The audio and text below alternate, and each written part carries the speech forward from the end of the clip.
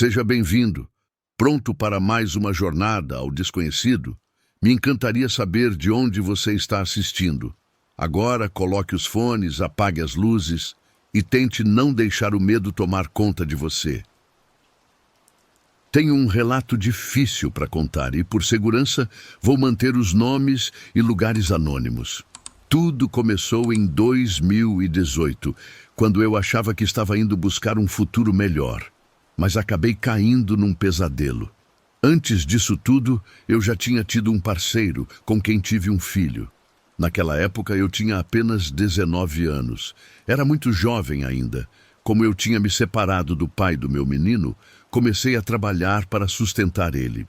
Eu nasci num sítio bem pequeno, na roça mesmo, mas me mudei com meus pais e meu filho para trabalhar numa cidade maior, num polo industrial, porque lá tinha muito emprego em fábricas de peças de carro. Quando comecei lá, era meu primeiro emprego de verdade, de carteira assinada. Eu nunca tinha trabalhado antes. Eu morava com meus pais nessa cidade e minha mãe ficava encarregada de cuidar do meu filho, que naquele momento tinha só 1 ano e meio de idade. Quando comecei nesse serviço, não é por querer me gabar, mas comecei a ter muitos pretendentes, eram muitos mesmo. Eu sempre tive sorte para atrair os homens. Entre esses rapazes, decidi dar uma chance para um garoto que era um pouquinho mais novo que eu. Ele tinha 18 anos e eu 19. Vamos chamar esse rapaz de Afonso. Bom, conheci Afonso. Ele era de uma cidade vizinha, não muito longe.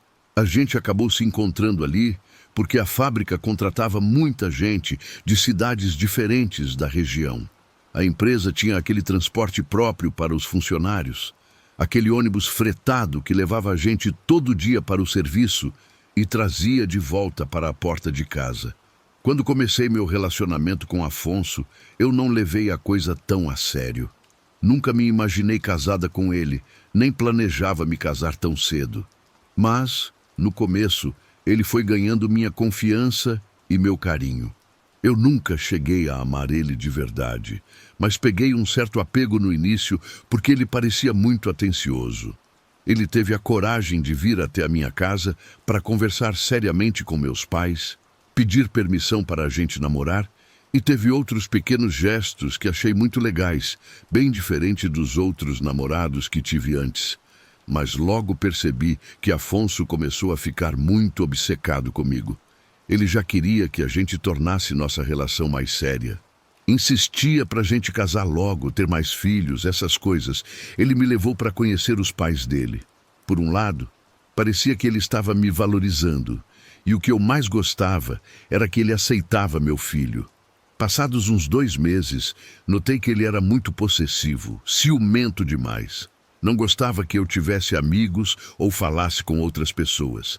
Teve uma vez que fui até a casa dele. Tudo parecia muito normal. Me cumprimentaram. Foram educados. Nós almoçamos. E pouco depois, ele me chamou para ir para o quarto dele. Já lá dentro, ele começou a me beijar e querer avançar o sinal. Eu me sentia desconfortável porque a família dele estava lá na sala, logo ali. Mas ele não se importou nem um pouco e, meio que contra a minha vontade, forçou a barra para ter relações comigo. Aquela primeira vez com ele foi horrível. Ele me machucou a ponto de eu sangrar. Não gostei nem um pouco daquilo.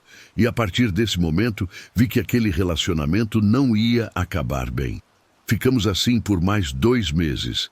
Eu aguentei porque a gente quase não se via. Só na troca de turno da fábrica e numa semana específica que nossos horários batiam. Mas lá dentro da empresa ele me tratava bem. Continuamos até que chegou o dia dos namorados. Ele me convidou para, na saída do trabalho, irmos até a cidade dele para ir ao cinema. Mas na realidade não foi nada disso. Ele me levou para a casa dele e depois fomos para um motel. Tivemos relações outra vez, mas foi ruim. Quando a gente tinha intimidade, ele costumava ser agressivo, chegava a me machucar. Ele nem sequer me deu um presente naquele dia. Na hora de ir embora, meu celular tinha ficado sem bateria. Pedi o aparelho dele emprestado para chamar um táxi. Acho que Afonso cometeu um erro sem querer. Ele esqueceu de apagar as conversas. porque fui mexer no celular para fazer a ligação e acabei encontrando mensagens dele com uma garota que eu conhecia do trabalho. Essa garota era a suposta melhor amiga dele e todo mundo dizia que ela gostava de mulheres. Mas naquelas mensagens ele tentava conquistar ela. Dizia que estava apaixonado, chamava para sair. Isso me deixou furiosa, mas serviu como o pretexto perfeito para terminar. Decidi largar ele achando que tudo ia parar por ali, mas não foi assim. Afonso não aceitava o término. Ele continuava teimoso, querendo continuar comigo. Eu dizia para ele me deixar em paz, mas ele começou a me perseguir no trabalho. Tínhamos turnos diferentes, mas ele dava um jeito de aparecer. Tive que pedir demissão só para não ver mais a cara dele. Mas isso não adiantou. Ele ficou sabendo que eu tinha pedido as contas e então ele me sequestrou. É sério, tem gente que não acredita, mas juro que em pleno século XXI ele me levou à força. Eu estava saindo do meu último dia de trabalho. Era um turno da noite, das 3 da tarde às 11 da noite. Ele estava me espionando na saída. Quando eu ia para o ônibus, ele me puxou, me arrastou para a parte de trás da fábrica, que ficava na beira da estrada e era tudo escuro, e me obrigou a entrar no carro dele. Ninguém viu. Ele tirou o meu celular à força e me levou para a casa dele, onde passei a noite. Como meus pais são da roça, gente muito simples e à moda antiga, e eu sou a caçula de 5 filhos, a reação deles foi a pior possível. Por eu ter dormido fora e sido levada, eles acharam que agora eu tinha a obrigação de virar mulher dele e morar com ele, para o povo não falar mal. Me senti obrigada pela minha própria família a aceitar aquilo. Tive que suportar isso por 4 meses, que foram um verdadeiro inferno. Ele morava com os pais e um irmão naquelas casinhas populares, tudo apertado. Fui morar lá com meu filho. Ele me mantinha totalmente controlada. Me trancava, não me deixava ter celular e não me dava 1 centavo. Ele trabalhava quando queria. A mãe dele, minha sogra, era uma mulher horrível. Me xingava, me humilhava e chegou a ameaçar me bater. Consegui um emprego como operadora de caixa num supermercado porque precisava de dinheiro. Lá tinha creche para o meu filho, mas só consegui ficar 1 mês. Afonso, morrendo de ciúmes, me proibiu de trabalhar. Para piorar, 2 tios dele, que eram casados e moravam perto, começaram a me assediar pelas redes sociais. Eu me sentia cada dia menos segura. Implorava para Afonso me deixar ir embora. Falava que não amava ele, mas quanto mais eu desprezava, mais obcecado ele ficava. Ele me xingava. Uma vez cuspiu na minha cara. A família via tudo e não fazia nada. Quando finalmente criei coragem para fugir, já estava com as malas prontas e ia chamar um táxi, mas a fofoqueira da minha sogra ligou para o filho dela, avisando. Afonso veio correndo e não me deixou sair. A minha sogra chegou a tirar meu filho dos meus braços e esconder o menino para eu não ir embora. Deixei a poeira baixar, mas no outro dia entrei em contato com uma amiga do meu antigo trabalho.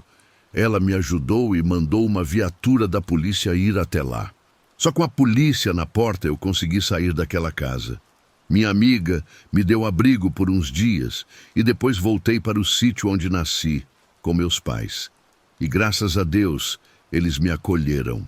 Gostaria de dizer que acabou aí, mas não.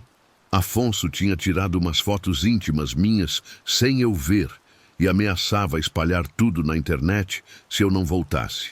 Também dizia que ia tirar a própria vida. Eu jamais voltaria. Já sabia quem ele era. Bloqueei ele de tudo, mas ele criava contas falsas no Facebook, me ligava de números diferentes. Ele teve a audácia de ir 2 vezes até o meu sítio e meus pais tiveram que expulsar ele de lá. Ele mandava recados por uma conhecida nossa. Até um dos tios dele continuou me perturbando. Ficamos nessa perseguição por uns 2 anos. Ele criou contas até no TikTok para me mandar mensagem. Esse foi meu relato. Talvez não pareça tão assustador para quem ouve, mas viver isso na pele é horrível. Quero dizer a todas as mulheres que estejam passando por algo assim: não tenham medo de denunciar. O valente só é valente até o covarde perder o medo.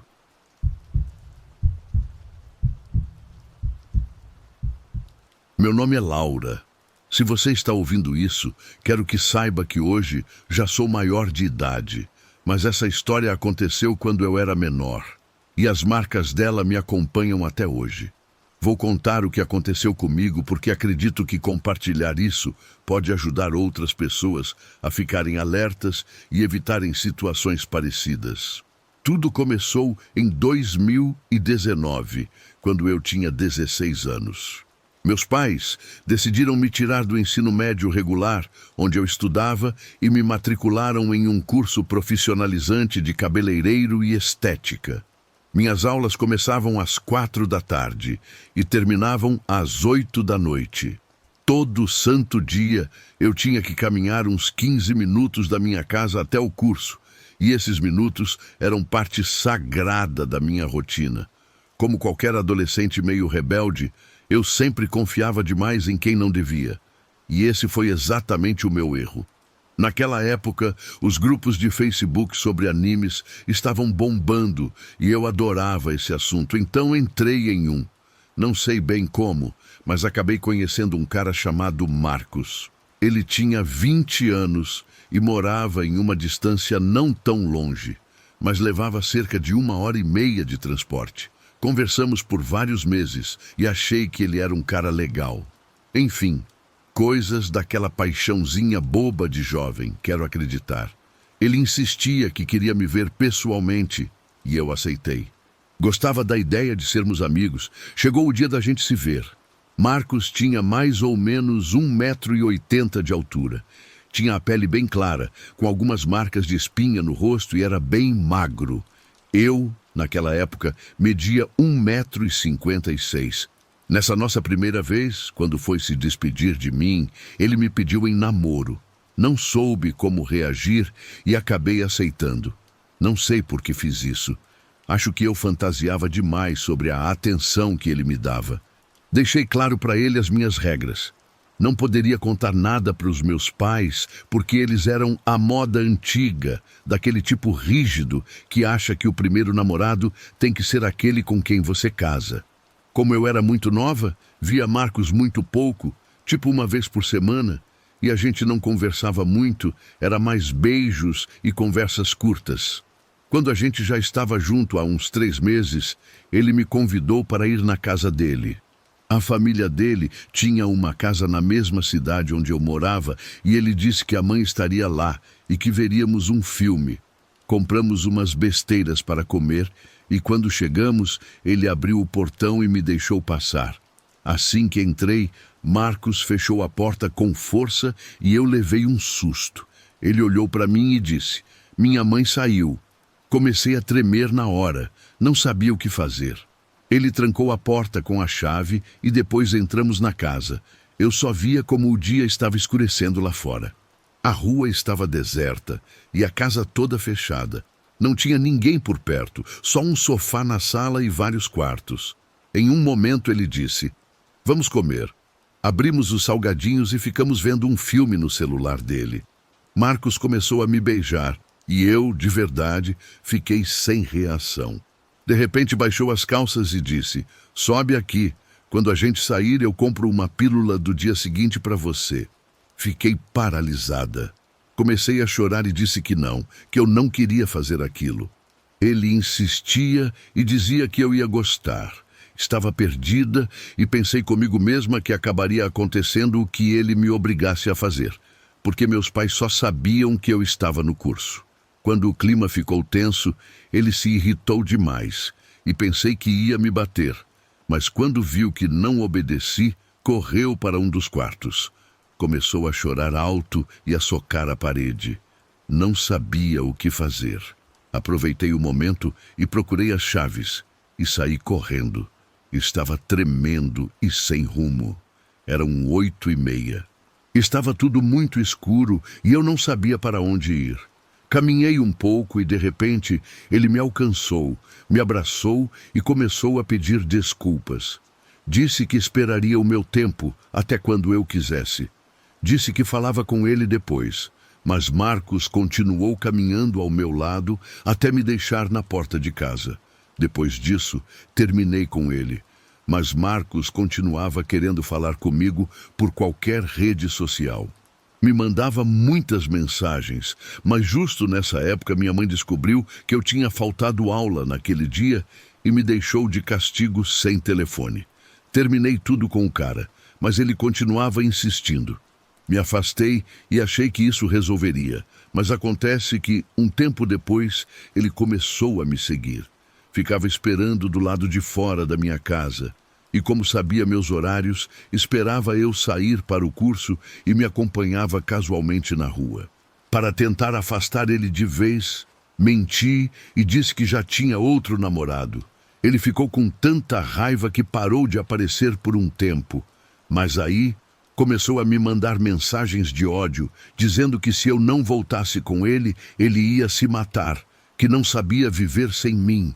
De uma hora para outra, me ameaçou dizendo que contaria tudo para o meu pai, e eu morria de medo disso.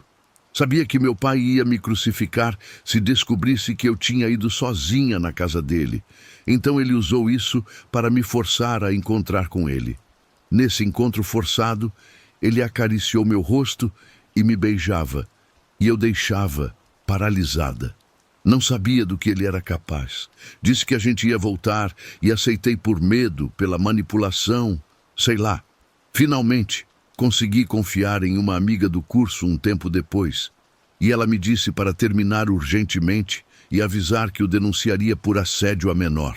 Então, marquei com ele em uma área bem movimentada, caso tentasse alguma gracinha. Isso foi à tarde, antes do meu horário de aula. Chegou o dia e cheguei primeiro. Era em frente a uma igreja muito conhecida na minha cidade. Eu disse: Marcos, acho que eu devia ter feito isso antes, mas já não quero estar com você. Tenho nojo dos seus beijos e do jeito que você me abraça. Não te quero do meu lado e não te quero na minha vida.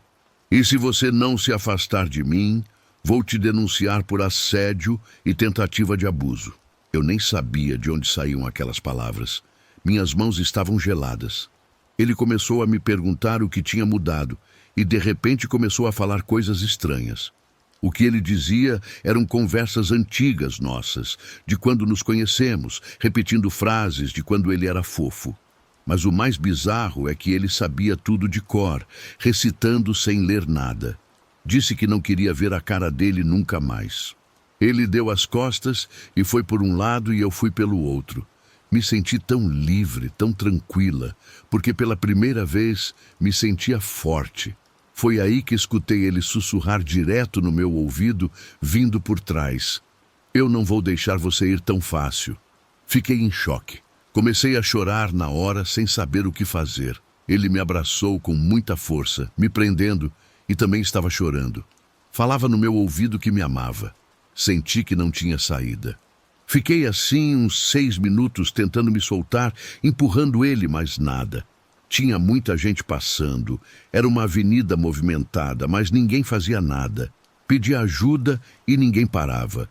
Depois de uns segundos de desespero, um senhor que trabalhava em um açougue ali na frente gritou para ele me soltar. Disse que já chegava, que dava para ver que eu não estava gostando.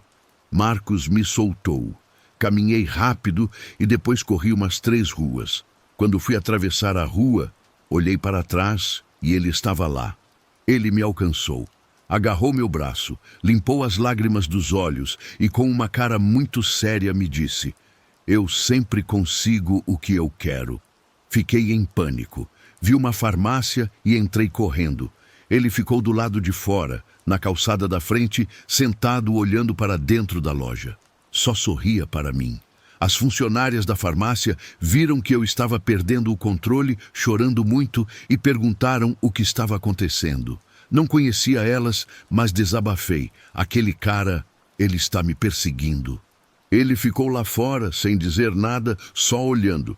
As moças me levaram para o estoque nos fundos e me agachei no chão, encolhida.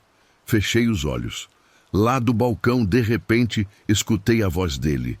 Estava gritando com as funcionárias e elas diziam: "Se você entrar, vamos te denunciar por tentativa de assalto." Ele gritava que não se importava, eu só chorava e elas chamaram a polícia. Chegou uma viatura e ele teve a cara de pau de dizer: "Olha, chefe, é minha namorada, me deixa passar para eu levar ela embora." E mostrou uma foto nossa. Uma das funcionárias me contou depois que ele estava tão alterado que os policiais colocaram ele na viatura e levaram. Eu não sabia o que fazer. Elas foram muito legais, me acalmaram e parei de chorar. Me pediram o telefone da minha família, mas eu tinha pavor de que meus pais descobrissem. Sabia que eles iam me bater. Então menti e disse que ia direto para a escola e que de lá ligava para meus pais. Uma das senhoras disse que me acompanhava para garantir. Cheguei na escola acompanhada. A professora me recebeu e a mulher da farmácia explicou o que tinha rolado. A professora ficou assustada. Me deixaram lá e me trouxeram um copo de água com açúcar para ver se passava o susto. Fiquei lá até dar 8 da noite. A professora ofereceu me levar para casa, mas eu sabia que contaria tudo para o meu pai. Então disse que ia embora com uma colega e a professora aceitou. Saí com uma amiga e contei tudo para ela. Ela disse: "Ei, vamos tomar um sorvete no parque para você relaxar um pouco." Eu aceitei. Quando a gente estava indo para o parque, adivinha? Ele estava sentado lá. Ele me viu e saiu correndo atrás de mim. Falei para minha amiga: "É ele." Entramos correndo em uma loja. O pessoal já estava quase fechando as portas e dissemos que um cara estava nos seguindo. Ele chegou na porta, mas tinha um funcionário lá. Esse homem disse para ele sumir dali ou chamava a polícia. O mais assustador é que, nas mãos, Marcos carregava um cartaz grande e nesse cartaz tinha aquela única foto nossa, a mesma que ele mostrou para os policiais. Ele foi embora e minha amiga ligou para um conhecido dela. O rapaz chegou para buscar a gente de moto e saiu acelerando. Eu ia no meio deles, apertada entre o piloto e minha amiga, e em uma das esquinas vi Marcos chorando sentado no chão. Minha amiga tapou meus olhos e disse: "Não olha." Esse rapaz me levou até a porta de casa. Meu pai viu que eu cheguei de moto com um estranho e que era tarde, e eu inventei na hora: "Pai, tentaram assaltar a gente." Ele me olhou preocupado e respondeu seco: "Entra logo que eu vou trancar o portão."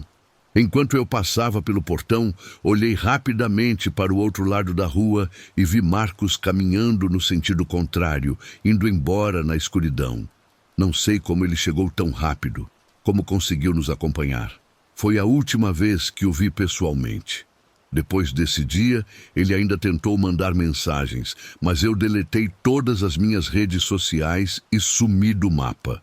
Nunca mais soube nada dele.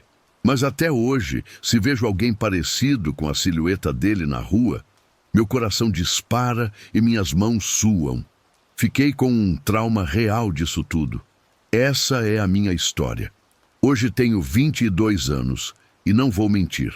Só de lembrar, parece que estou vivendo tudo de novo. Ainda tenho medo.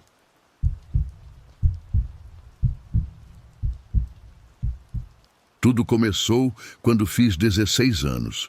Nunca me vi como o galã da turma, mas sempre tive aquele jeito alegre que atrai as pessoas. E foi exatamente isso que chamou a atenção errada naquela noite. Numa festa, conheci uma garota que não tirava os olhos de mim. Enquanto eu dançava com minha prima e as amigas dela, essa garota se aproximou de um jeito tímido e, num intervalo da música, começamos a conversar. A coisa mais comum naquela época era dizer: "Me passa seu Facebook." Na manhã seguinte, já tinha mensagens de bom dia e começamos a conversar de forma tranquila. Mas é aqui que a coisa começou a ficar estranha. Eu tinha preguiça de responder no Messenger, mas no WhatsApp respondia na hora. Minha prima e eu somos muito unidos. Então, ela logo me alertou, dizendo que essa garota estava perguntando a vida inteira sobre mim. Num passeio da escola com o professor, minha prima deu bobeira e deixou o celular na mesa. Essa garota aproveitou, pegou meu número escondido e começou a mandar mensagens no WhatsApp. Quando questionei como ela tinha conseguido meu contato, mentiu dizendo que foi minha prima quem passou. Só fui descobrir a verdade bem depois. Enfim, no dia seguinte, já recebia umas 30 ligações dela, um monte de mensagens e cobranças perguntando por que eu não respondia. Pensei que fosse apenas uma amiga carente, então tentava ter paciência. Outra amiga da minha prima, por quem eu tinha interesse, me contou que essa garota a tinha ameaçado, mandando ficar longe de mim. A perseguidora me convidou para sair e vi uma oportunidade para colocar tudo em pratos limpos. Marquei na saída, numa praça.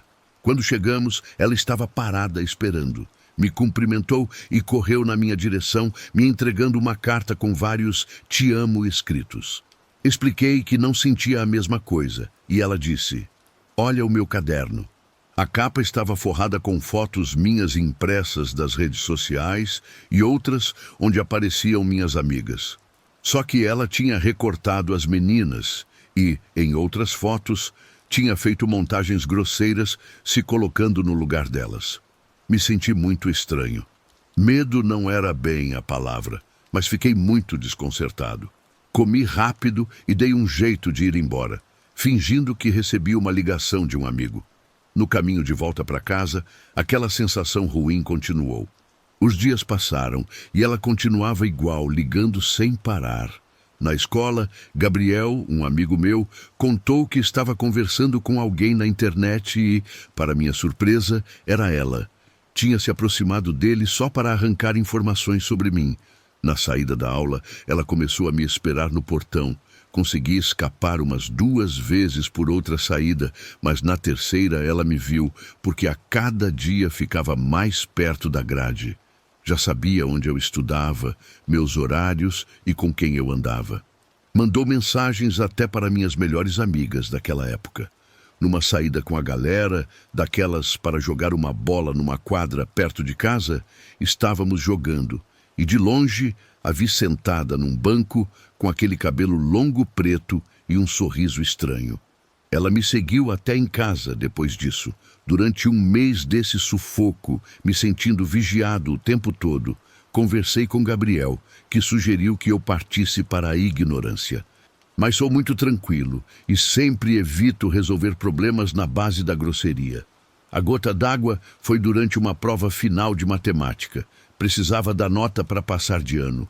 Ela começou a ligar e o celular tocou. Eu tinha esquecido de silenciar e o professor acabou me tirando de sala. Depois, mostrei o registro das chamadas insistentes para ele, explicando a perseguição. Felizmente, ele entendeu e me deixou terminar a prova. Foi aí que minha paciência acabou. Mandei uma mensagem bem agressiva, exigindo que me deixasse em paz. Ela respondeu com fotos chorando e vídeos fazendo drama. Acabei bloqueando o contato. Depois comecei a namorar e a perseguidora continuava ligando de outros números, criando problemas. Minhas namoradas pensavam que eu estava de papo com outra pessoa. Troquei meu número, mas sabia que adiantaria pouco, pois ela já sabia tudo da minha vida. Isso durou 2 anos, até que ela arrumou um namorado e mandou uma mensagem. "Oi, tenho namorado e nos gostamos muito. Não se preocupe, não vou mais te incomodar." Respondi que ficava feliz por ela e ela rebateu. "Sim, obrigada. Você só queria se livrar de mim e conseguiu. Mas vai se arrepender de ter me rejeitado." Apenas ignorei. Ela continuou mandando fotos dos presentes que dava para o namorado, dizendo: "Olha o que você está perdendo." Isso durou até que um dia parou. Sumiu do mapa. Mas então chegou a pandemia e ela reapareceu dizendo que se sentia sozinha. Imaginei que fosse normal pelo isolamento e, como era muito introvertida, pensei: todo mundo está passando mal com essa quarentena. Respondi de maneira seca e curta. Ela contou que numa briga o namorado bateu nela, disse que aquilo era errado e inaceitável. Ela respondeu: "Sim, mas é culpa sua. Por culpa da sua rejeição, caí numa relação ruim onde me agrediam." Disse que não, que a respeitava, mas que a culpa não era minha. Começou a mandar fotos íntimas, dizendo que se eu não gostava era porque eu era gay. Depois, o tal namorado mandou uma mensagem me ameaçando. Aí sim fiquei com medo, pois ela sabia meu endereço, mas nunca passou disso. As mensagens pararam. Ela sumiu novamente e depois, na minha formatura da faculdade, me parabenizou, desejando sucesso e saúde, pois estava feliz e tinha um filho com o homem que a amava.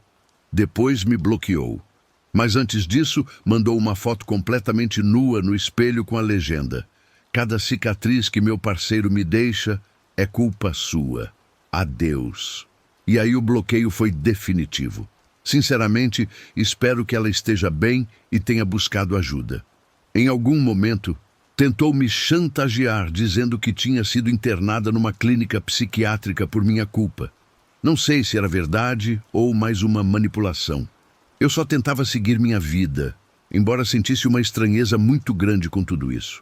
Por agora, quero dizer que é um grande passo para mim desabafar sobre essa história.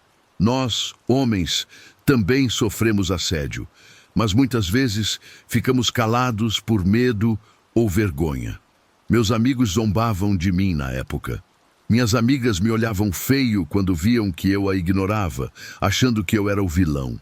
Tive outros casos de assédio na vida, inclusive 2 vindos de outros homens.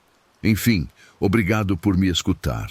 Espero que entendam minha história e como esses anos foram confusos. Hoje em dia, fico feliz em dizer que sou um veterinário realizado e que, apesar de tudo, continuo sendo aquele cara alegre de sempre.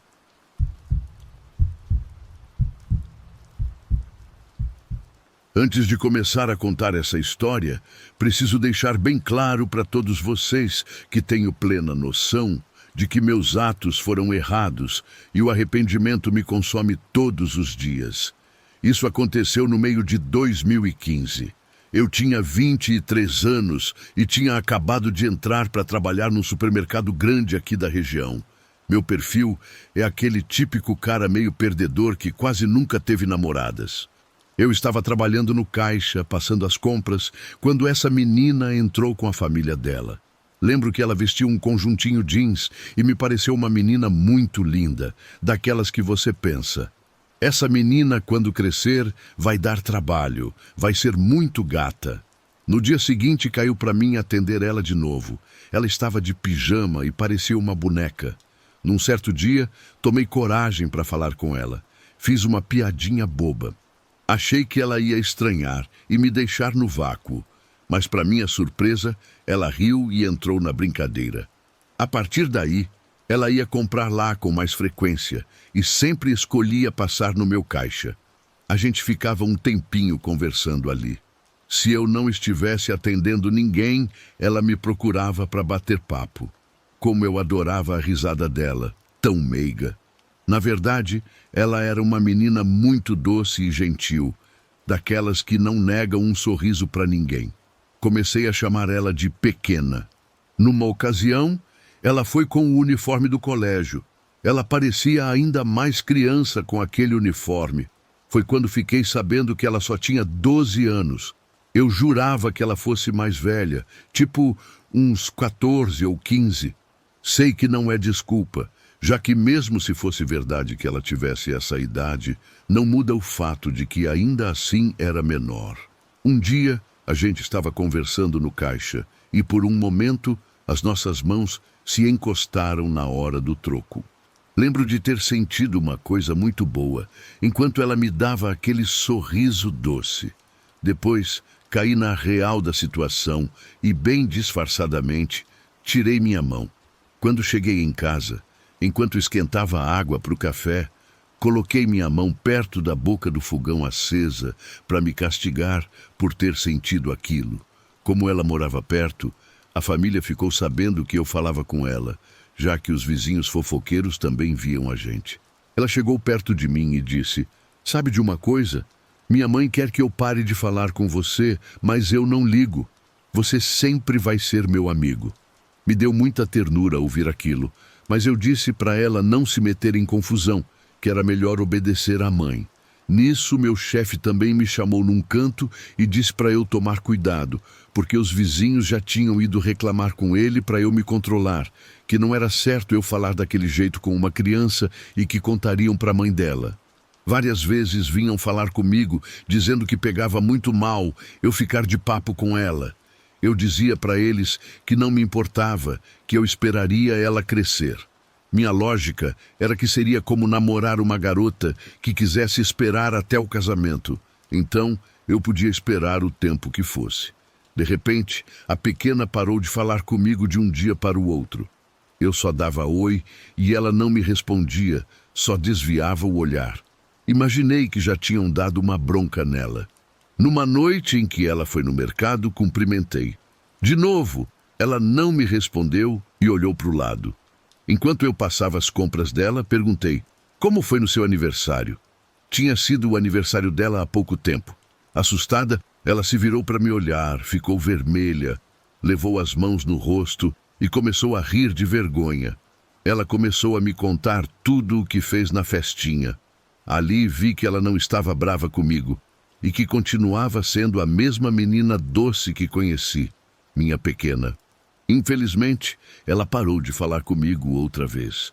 As coisas pioraram tanto que os pais dela foram até o mercado falar comigo, me dizendo para eu deixar ela em paz, gritando que ela era só uma criança e que iam me capar se eu continuasse com aquilo. Eu me assustei, não tanto por mim, mas porque imaginei que tinham dado uma bronca muito feia na pequena.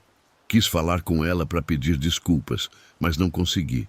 Saí do emprego nesse supermercado em meados de 2017, quando a poeira baixou. Depois, tentei achar a pequena para explicar o que tinha acontecido. Não queria que ela ficasse com uma má impressão de mim. Queria dizer que eu sentia muito, que lamentava ter causado tanta confusão para a família e que jamais faria mal a ela. Ela jamais me respondeu. Só mandou eu deixar ela em paz e me bloqueou. E assim, durante 3 anos, cada vez que eu tentava contato, ela só me bloqueava. Durante esses 3 anos, fiquei na depressão pensando que ela me odiava, que estava brava comigo, que tinha acreditado no que os pais disseram. Em 2020 foi a última vez que tentei contato pelo Instagram. Ela me respondeu com vários áudios. Deu para ouvir que realmente ela estava com muita raiva de mim. Só no primeiro áudio, ela me xingou de tudo. Disse um monte que eu era doente, que eu dava nojo, que ela já estava de saco cheio. Não tive coragem de ouvir os outros áudios, só desabei a chorar. Quando criei coragem para ouvir o resto, ela já tinha me bloqueado de novo. Então não consegui ouvir. Depois começou a pandemia. Me apaixonei por outra garota que só me usou e me fez de gato e sapato. Nem liguei.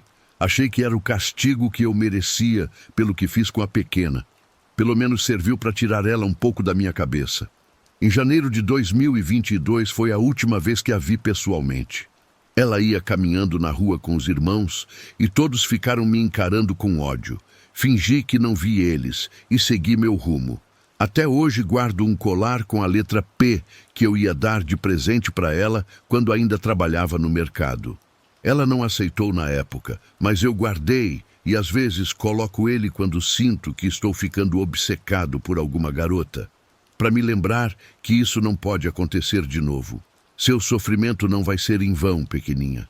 E prometo não ficar obcecado por mais ninguém. E pequena, se você estiver ouvindo isso em algum lugar, lamento tudo o que aconteceu. Sei que pedir desculpas não apaga o passado, mas acredita em mim. Não tem um dia sequer que eu não me arrependa de tudo isso. De verdade, eu sinto muito.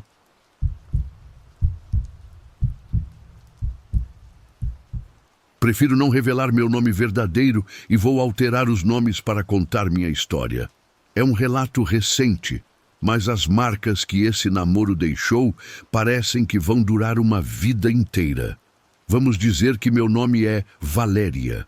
Comecei a namorar quase no final do primeiro ano do ensino médio com um garoto que vou chamar de Danilo. Conheci Danilo através de amigos em comum e parecia que a gente se dava super bem, então engatamos um namoro meio rápido. Danilo parecia um garoto genuíno, diferente, totalmente o meu tipo. Antes de conhecer Danilo, eu vinha de um relacionamento onde nada sobre mim era levado a sério. Acho que por isso foi mais fácil me apaixonar por ele assim que começou a mandar mensagens de bom dia, de boa noite e simplesmente demonstrar interesse em me conhecer de verdade. Tínhamos conversas interessantes, profundas, variadas, divertidas. Parecia que a gente tinha nascido um para o outro. Tudo estava indo perfeito, até que com 3 meses de namoro, ele começou a agir de um jeito frio e distante do nada, sem que eu soubesse o motivo. Deixava passar, porque achava que ele só estava mais ocupado ou estressado do que o normal. Então, nunca falei nada sobre isso. Cheguei a pedir desculpas por sentir que estava incomodando demais com as minhas mensagens. Ele disse que não era verdade, que adorava ver minhas mensagens quando ficava livre e pediu desculpas por estar distante. Danilo reconheceu. Sabia e tinha plena consciência de que estava sendo frio, e isso é importante para o que acontece mais para frente. Foi fofo da parte dele. Embora eu tenha achado estranho ele só responder aquela mensagem imediatamente, sendo que estava em horário de aula. Me senti triste porque ele já tinha esquecido aquele hábito de dar bom dia. E quando respondia lá tarde da noite, ignorava todas as minhas mensagens, que nem eram tantas, só para mandar memes e sair do aplicativo sem nem dar boa noite. Naquela vez, preferi não continuar reclamando, pois sabia que Danilo estava ocupado e não queria pensar que ele era o tipo de garoto que simplesmente me ignorava de propósito, igual ao meu ex, alguém que Danilo dizia desprezar ainda mais do que eu, justamente por causa desse tipo de tratamento. Naquela vez, atribuí minha ansiedade crescente ao fato de que tinha me acostumado tanto com a companhia dele que qualquer mudança sutil eu já percebia como um problema muito maior do que realmente era. Me esforcei para me acalmar e convenci a mim mesma de que todo aquele comportamento era temporário. Danilo voltou a me dar atenção um tempo depois. Não tanto quanto no começo do namoro, mas pelo menos já não ignorava tanto as mensagens e não estava mais tão seco. Tudo ficou bem por umas 2 semanas. Depois, voltou para o mesmo comportamento distante e um tempo depois, sem que eu reclamasse, voltava ao normal. Esse ciclo se repetiu até que quis dar um basta, sendo mais direta, mas ainda muito gentil sobre o assunto. E aí aconteceu o clássico. Eu mandando textos enormes, me abrindo com ele sobre minhas emoções e ele respondendo com 2 mensagens curtas e secas. Isso me deixou mal de um jeito terrível. Danilo nunca tinha agido assim comigo e achei que ele ia terminar. Fiquei me sentindo bastante deprimida até que voltou ao normal, por assim dizer. Tudo ficou bem por umas semanas, até que voltou a repetir aquele ciclo de comportamento que mencionei. E para mim, aquilo já estava ficando exaustivo. Então, tive a ideia de terminar. Estava decidida. Então, dei a ele um pouco do próprio veneno. E agi tão fria quanto ele. Danilo percebeu e insistiu um pouco para conversar comigo e resolver as coisas. Foi tão fofo que desisti da ideia de terminar e conversamos. Dessa vez, fui muito mais direta sobre meus sentimentos. Não fui grosseira, mas dessa vez estava falando sério. Disse a ele que me sentia usada. Nesse momento, ele soltou uma bomba sobre várias coisas que estavam acontecendo na vida dele para explicar por que estava agindo daquele jeito. Ele contou que a situação da saúde física, mental e familiar dele estava horrível. Naquela hora, me senti uma egoísta e perdoei Danilo na mesma hora. Demonstrei todo o meu apoio e até cheguei a pedir desculpas por ter sido tão chata cobrando. Ele disse que não fazia por mal, que não queria me machucar e que me amava muito. Acreditei e voltamos a ficar bem. Tudo ficou bem 1 mês depois daquela conversa, mas adivinhem só, voltou para o mesmo ciclo vicioso. Agora parecia que descontava em mim se tivesse tido um dia estressante. Olha, Isso era eu, supondo, porque ele nunca falava nada. Dizia que era para não me sobrecarregar com os problemas dele, mas isso não adiantava de nada se ia me tratar com frieza, mesmo sabendo pelas minhas próprias palavras que eu ficava alterada com qualquer mudança brusca, sem entender o motivo. Somando a tudo isso, pegou mais confiança para falar da situação da saúde mental dele e, do nada, soltava piadas sobre tirar a própria vida, chegando a brincar comigo sobre fazer isso se eu não fizesse algo para agradar ele, me estressando e piorando o meu nervosismo. Mesmo com o estômago embrulhado de tanto estresse, me oferecia para escutar, porque amava muito Danilo e não queria que se machucasse. Mas ele se negava a falar do assunto e continuava fazendo piadas, até perceber que aquilo estava me fazendo mal. Quando Danilo voltava a ficar distante, abruptamente como sempre, eu me irritava e voltava a tratar ele do mesmo jeito que ele me tratava. Ele percebia e, do nada, ficava super carinhoso para depois perguntar se estava acontecendo alguma coisa. Eu caía nessa, mas já não falava mais nada, porque sabia que mesmo se conversássemos, tudo voltava ao mesmo ponto. E também, mesmo depois de muitos meses nessa mesma situação, não saía do lado dele e não pensava em fazer isso de verdade. Não pensava em deixar ele até sentir uma traição da parte dele, quando parecia dar mais atenção aos sentimentos ou problemas de uma colega de classe que ele dizia que detestava. Com essa situação, Danilo era muito incoerente. Negava totalmente que se dava bem com ela, mas vivia falando dela, se mantendo neutro quando ficávamos sabendo de alguma coisa horrível que ela fazia, em vez de se manter firme na ideia de que a garota era má pessoa. Sem contar que, de alguma forma, zombava do nosso amigo em comum, que gostava dessa colega, só porque ela dava mais atenção para ele do que para o meu amigo. Nunca me traiu com ela, até onde sei, mas eu não ia esperar ele fazer isso para terminar. Então, uma noite, farta, mais do que tudo pelo fato de que ultimamente ele estava me ignorando mais descaradamente, finalmente terminei com ele. Aí começou o inferno. Sabia que Danilo ia ficar bravo, porque fui impulsiva e terminei por mensagem logo depois de ele perguntar, de um jeito desanimado, se tinha pisado na bola comigo de novo por causa do meu comportamento frio, e de eu responder que ele não precisava mais se preocupar com esse assunto. Danilo pareceu enlouquecer. Segundo ele, já tinha ido dormir, mas nesse intervalo de tempo viu minhas mensagens.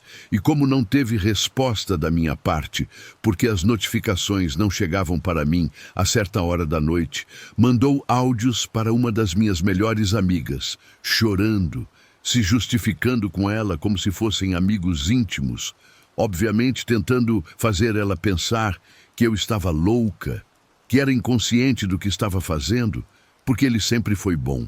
Obviamente minha amiga não acreditou, porque embora eu defendesse ele, ela já enxergava com mais clareza o jeito que Danilo me tratava.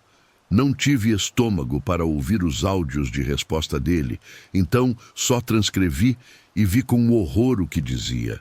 Estava claro que estava com raiva, colocava a culpa em mim pelo término, me taxava de má, de irresponsável, até de burra, de um jeito sutil. No final, mandou um áudio dizendo que me amaria para sempre e que estava me deixando ir. Só respondi dizendo que agradecia por ele respeitar minha decisão e ficou por isso mesmo. Segui meu dia mais ou menos normal. Depois, entrei no Instagram e vi uma publicação dele onde me marcava. Me deu vontade de vomitar quando li o que dizia, pois Danilo estava insinuando que ia tirar a própria vida, com várias fotos, como se estivesse relembrando os momentos mais felizes. Me marcou lá dizendo que eu não trouxe nada além de sorrisos para a vida dele, se despedindo logo em seguida.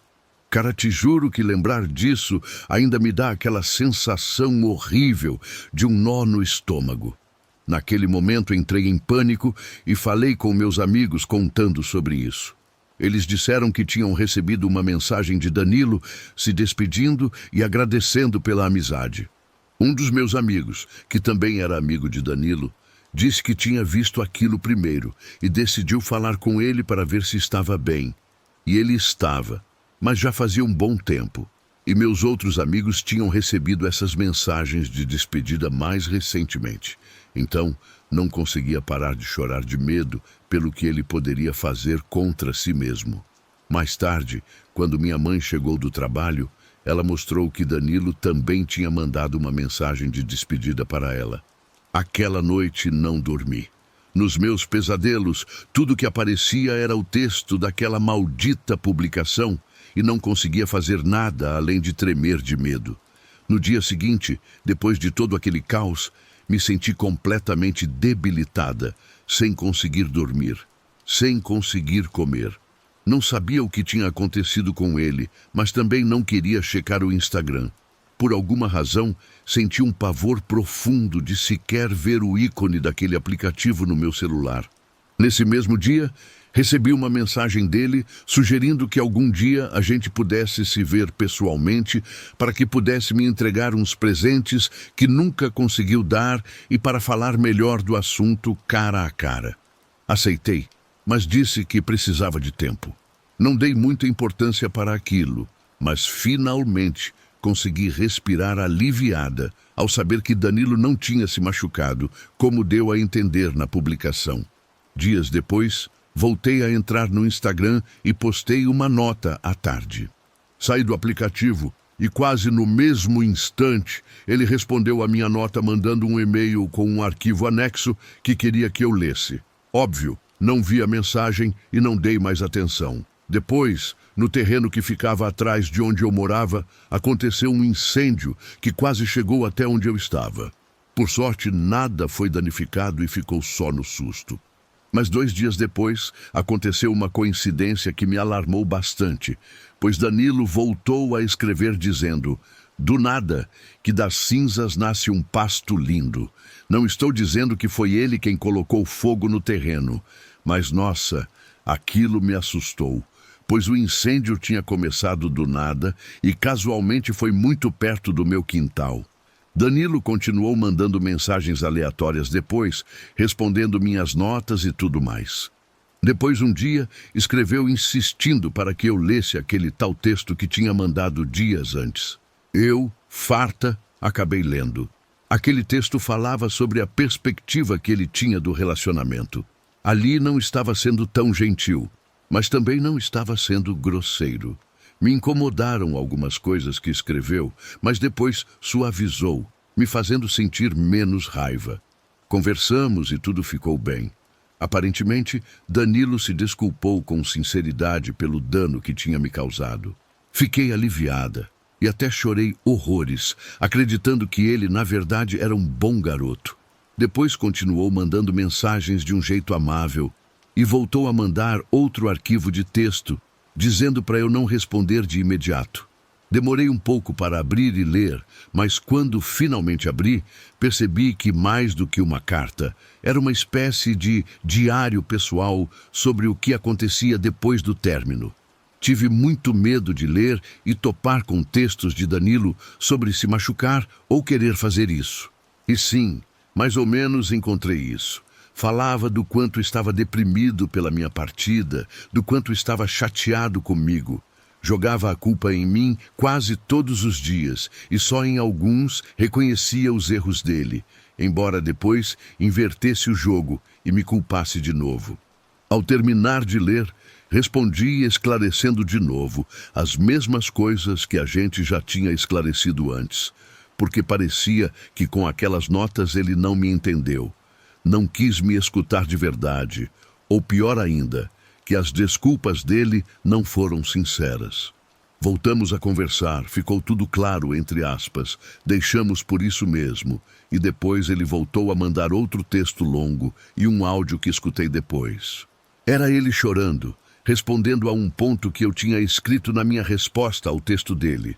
Confessou que sentia minha falta e todas essas coisas. Já nem consigo lembrar direito. Também respondi de novo e ele só me deixou no vácuo. Deixamos quieto e Danilo voltou a falar comigo do nada, de forma amável. Conversamos um pouco ao longo dos dias e voltou a mandar outra carta por e-mail. De novo, demorei para ler, mas segundo as palavras dele, era a última. Então, li já de noite.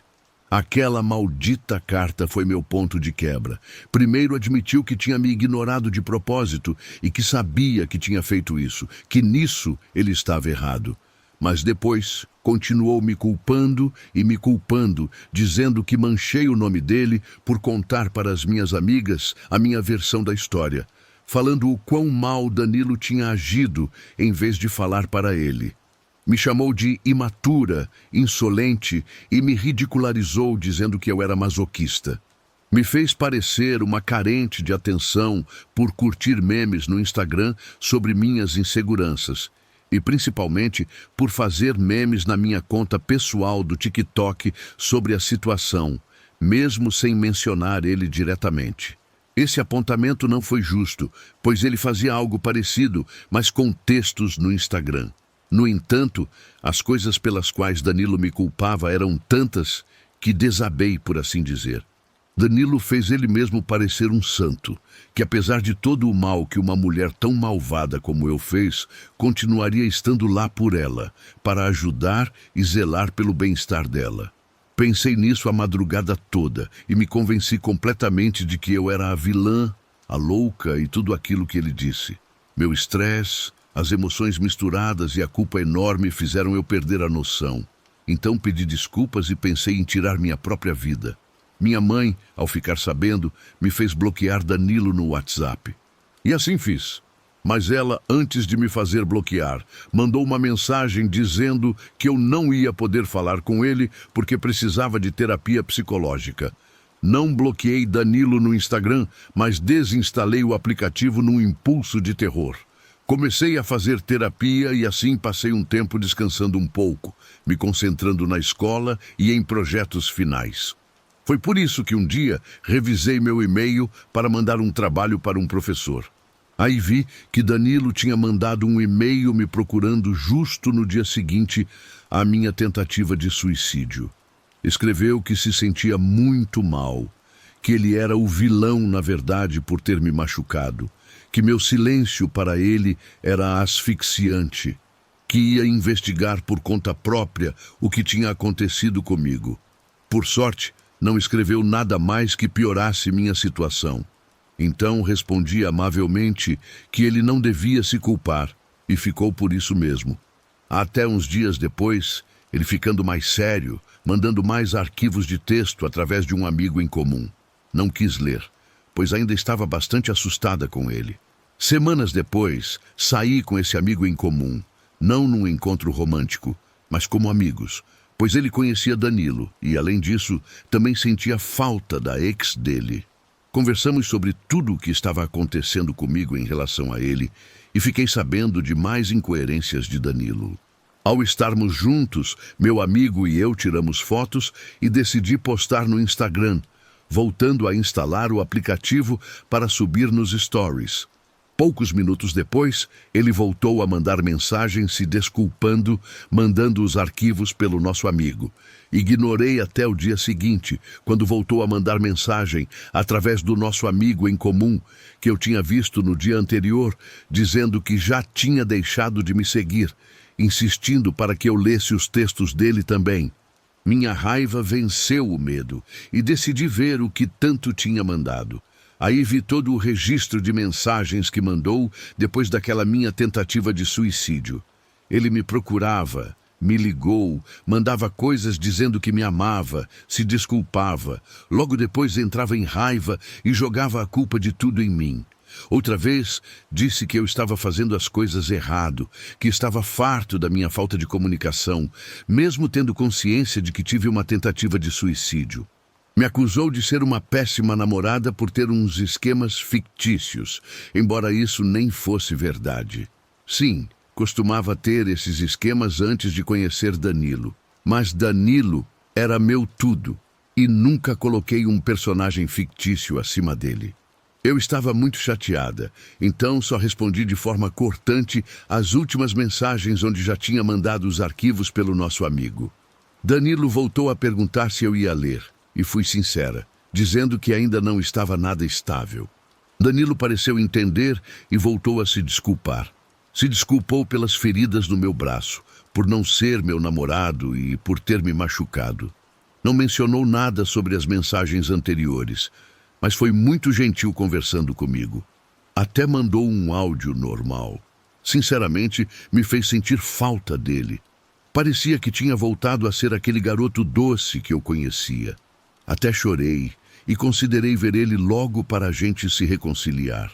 Naquela noite, mandou uma última mensagem dedicando um poema que tinha escrito e desejou boa noite. Respondi de novo com gentileza e ele nunca viu minha mensagem até poucos dias atrás. Só visualizou. Não respondeu absolutamente nada e parece que finalmente me deixou em paz. Fiquei deprimida por 2 dias pelo fato de não ter respondido mais. Quis procurar ele mais uma vez, mas me lembrei. Danilo não me deixou em paz até a hora que quis. Me perseguiu por um bom tempo. Me lembrei de toda a culpa que me fez sentir por ter deixado ele, tudo. Então não dei ouvidos aos meus impulsos e até o dia de hoje estou tranquila com o fato de ele não me procurar. Me sinto muito melhor agora, muito mais livre, estável. Não vou mentir, ainda tenho medo dele, mas é muito menos do que antes.